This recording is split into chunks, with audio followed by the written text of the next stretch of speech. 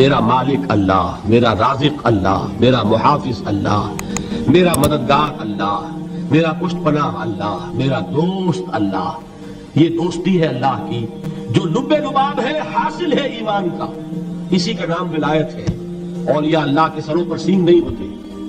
جس کے دل میں ایمان راسخ ہو چکا ہو وہی اللہ کا ولی ہے. جسے اللہ پر یقین ہو چکا ہے وہی اللہ کا ولی ہے. جسے یقین ہے اللہ میرے ساتھ ہے، میرا مددگار، میرا پشت پناہ، میرا ساتھی، میرا دوست، میرا محبوب، میرا محب. اللہ اہل ایمان سے محبت کرتا ہے. واللہ یحب الصادقین. ان اللہ یحب الذین یقاتلون فی سبیلہ صفا کانہم بنیان مرصوص. اللہ محبت کرنے والا، اہل ایمان محبوب، اور اہل ایمان محبت کرنے والے اللہ محبوب.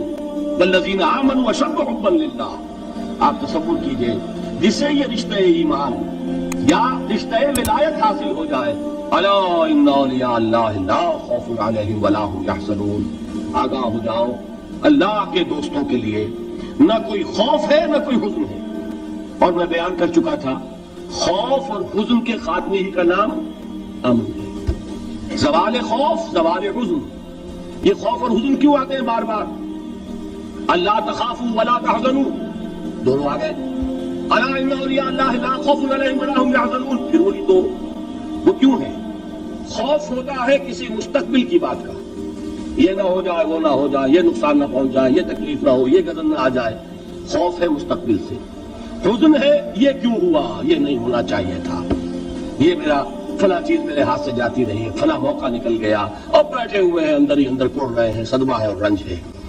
اور جو اللہ پر ایمان رکھتا ہے وہ جانتا ہے ما اصاب من مصیبت فی الارض ولا فی انفسکم الا فی کتاب من قبل ان نبرأها ان ذلک علی اللہ یسیر لکی لا تعصوا علی ما فاتکم ولا تفرحوا بما آتاکم واللہ لا یحب کل مختال فخور. اس زمین میں یا تمہاری جانوں میں کوئی تکلیف، کوئی مصیبت نہیں آ سکتی سوائے اس کے کہ جو اللہ نے لکھ دی ہو، اس سے پہلے کہ وہ ظاہر ہو.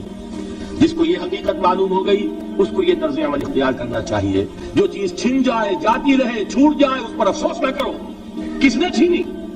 دوست نے. دوست کے فیصلے پر شکایت. دوستی کو بٹا لگا رہے ہو. سرے تسلیم خم ہے جو مزاج یار میں آئے. اگر دوستی ہے تو پھر تو تمہیں گردن جھکانی چاہیے کہ ہر ساقی ہماری عین الطاف، جو بھی میرا ساقی میرے پیالے میں ڈال دے اس کا کرم ہے. جو اس کی طرف سے آئے اس پر کوئی رنج نہیں، کوئی صدمہ نہیں، کوئی غم نہیں، کوئی شکایت نہیں، کوئی شکوہ نہیں.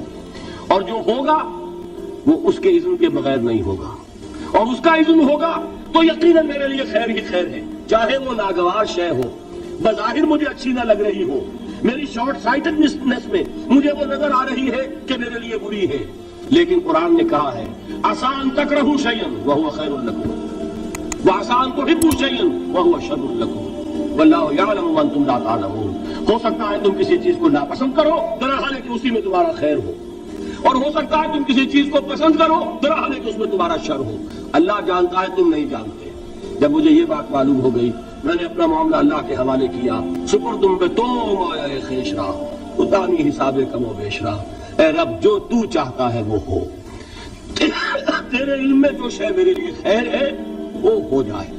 میری کوئی پسند نہیں، میری کوئی چاہت نہیں، یہ ہے راضی برضائے رب.